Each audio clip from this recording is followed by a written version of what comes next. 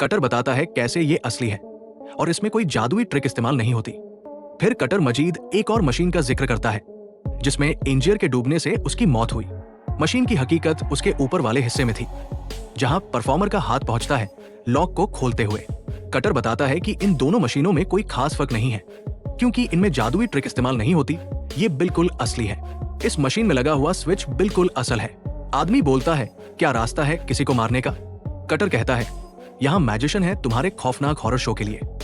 मजीद ये कि बाज औकात उन्हें चेहरे पर नकाब ओढ़ना पड़ता है और अक्सर सच्चाई का सामना भी करना पड़ता है हैरान करने के लिए। आदमी पूछता है, चाहे ऑडियंस सामने हो या ना हो? कटर कहता है, जब एंजियर की मौत हुई वहां ऑडियंस मौजूद थी। जादुई शो का आगाज। इसके बाद मैजिक शो शुरू होता है और कोई से दो आदमियों को दावत दी जाती है कि वो आए और इस खूबसूरत सी औरत के हाथ और टांगों को रस्सी की मदद से बांधे। मगर जो आदमी हाथ बांध रहा होता है उसने रस्सी को किसी और तरीके से बांध दिया होता है और अब होता है असल शो शुरू। लड़की को एक मजबूत लॉक की मदद से ऊपर की तरफ खींचा जाता है और पल भर में देखते ही देखते उसको टैंक के अंदर फेंक दिया जाता है। वक्त मुकम्मल होने का इंतजार किया जाता है और फिर जूली टैंक से बाहर नहीं आती। जब पर्दा हटाया जाता है तो जूली पानी के अंदर होती है। कटर जल्दी से शीशे के टैंक को तोड़ने की कोशिश करता है मगर बहुत देर हो चुकी होती है और जूली ऑडियंस के सामने अपना दम तोड़ देती है। एंजियर का गम और दुश्मनी का आगाज। एंजियर को जूली की मौत का बहुत सदमा पहुंचता है।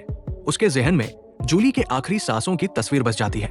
जूली के जनाजे के दौरान बॉर्डन भी वहां आता है। कटर पूछता है, तुम यहाँ क्या करने आए हो? बॉर्डन एंजियर से उसके नुकसान की माफी मांगता है। एंजियर पूछता है, तुमने कौन सी गिरह बांधी थी? बॉर्डन कहता है, मुझे खुद इस चीज का कोई अंदाजा नहीं है और वहां से माफी मांगता हुआ चला जाता है। एंजियर कहता है, तुम कैसे नहीं जानते? और यहाँ इन दोनों की दोस्ती दुश्मनी में बदल जाती है। बॉर्डन मेटल रिंग्स को एक दूसरे के अंदर जोड़कर दिखाता है। लोग इस ट्रिक को बिल्कुल पसंद नहीं करते और उसे अपनी पिस्तौल निकालने का कहते हैं। बॉर्डन पिस्तौल निकालता है और लोगों से कहता है, कौन स्टेज पर आएगा वॉलंटियर के तौर पर? इतने में एंजियर अपना रूप बदल कर आता है और वो तैयार होता है बॉर्डन पर गोली चलाने के लिए। बॉर्डन सामने खड़ा होता है। एंजियर पूछता है, तुमने कौन सी गिरह बांधी थी मेरी बीवी को? बॉर्डन अपना वही जवाब देता है, मुझे नहीं पता है। एंजियर बॉर्डन पर गोली चलाता है और उसकी उंगलियां जख्मी हो जाती है। एंजियर बॉर्डन का सारा शो खराब कर देता है। बॉर्डन दर्द से चीखता है और कहता है, मैंने बिल्कुल सच बोला है।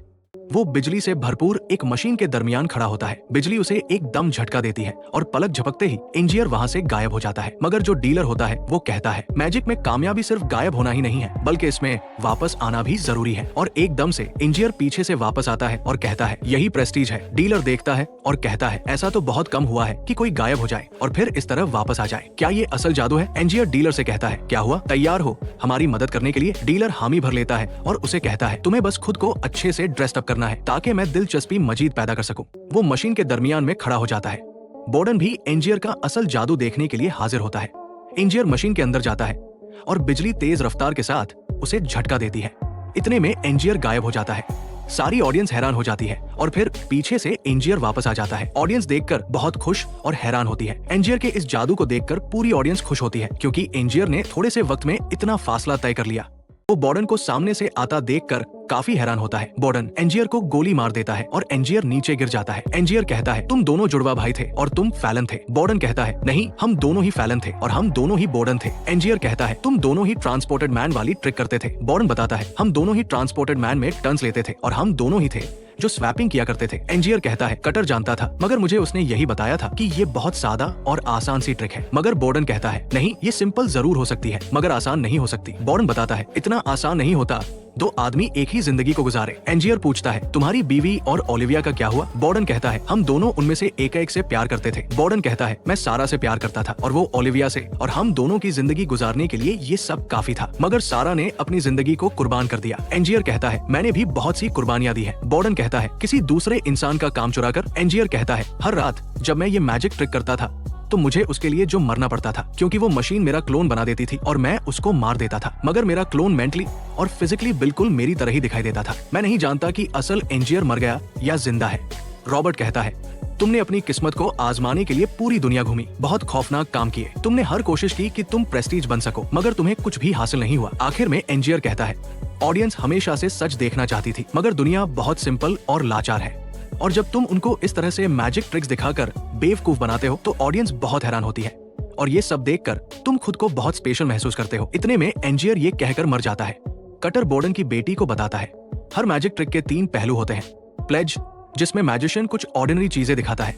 दूसरा हिस्सा टर्न, जिसमें ऑर्डिनरी चीज को थोड़ा खास बनाया जाता है। और तीसरा प्रेस्टीज, जिसमें मैजिक के बाद गायब होने वाली चीज को वापस लाया जाता है। और यहाँ फिल्म का खास हिस्सा खत्म हो जाता है।